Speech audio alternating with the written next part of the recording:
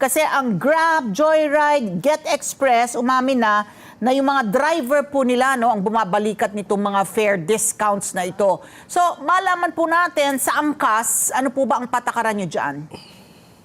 Yes, ma'am. Sa Angkas po, we are proud to say that the company or Angkas fully shoulders po the entire burden of the 20% discount. Una-una, I think some of our brothers in the industry, ang sinasite po nila is our laws, no? Saying that while it is required, maaari pang pagtalunan kasi, ma'am, yung porsyento ng pag-bear ng burden. Pero para po sa amin sa Angkas, it's not even about what the law requires but what is equitable or ano po yung dapat para sa ating mga partner bikers at maging para sa ating mga pasahero.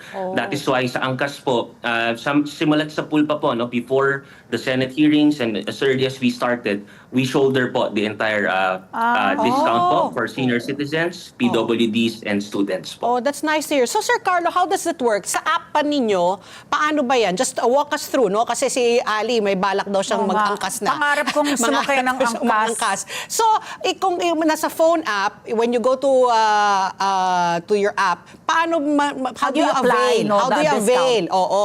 Meron ba dyan talaga senior citizen? Ano yung proof? Proof of purchase na ikaw ay isang senior citizen. Walk us through po kung paano po na-avail. Sure, ma'am.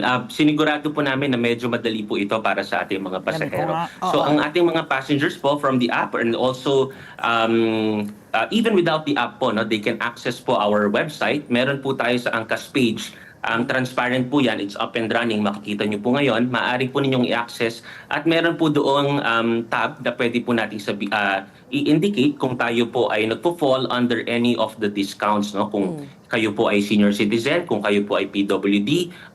We even have a page po for a national athlete dahil yan po ay binibigyan din po natin ng discount. Mula po sa page na yon, simple lang po siya, ilalagay lang po, i-upload lang po natin yung ating ID doon sa page na yon. And then within 3 to 5 business days po, you will get a one-time code para po lahat po ng mga Angkas rides ninyo will be fully discounted na po. So isang beses lang po ito mangyayari at we made sure it's easy po for our customers po. Okay. So it's a one-time Just just a follow-up lang. Yung Angkas kasi is just motorcycle, no? So wala nang divide-divide yan. Kasi, paano yung pag nasa kotse?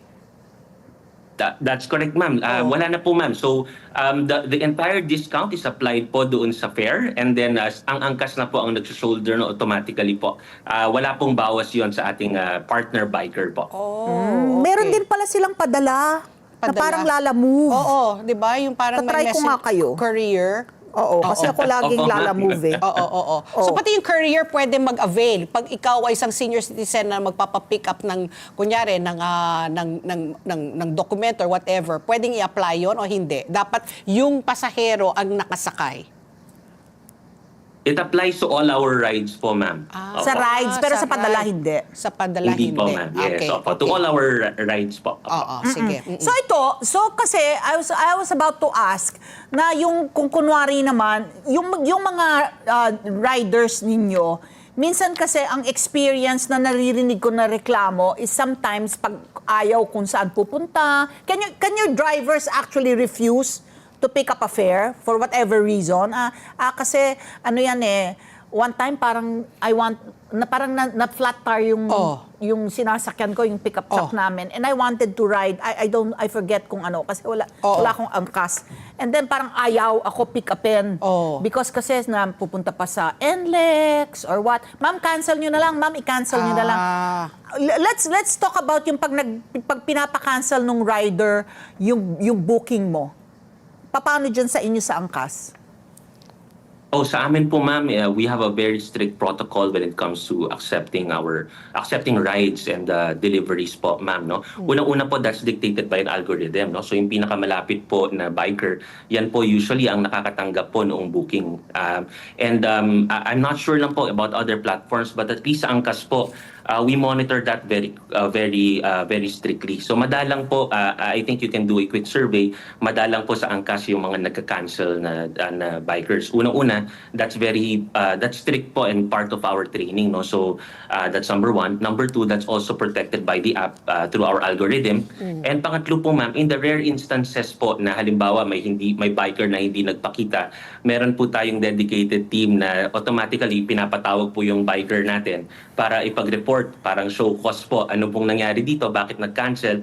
And in the instances na talagang kasalanan po ng biker at wala pong valid reason, we impose the proper sanctions, ranging from temporary suspension all the way until retraining po.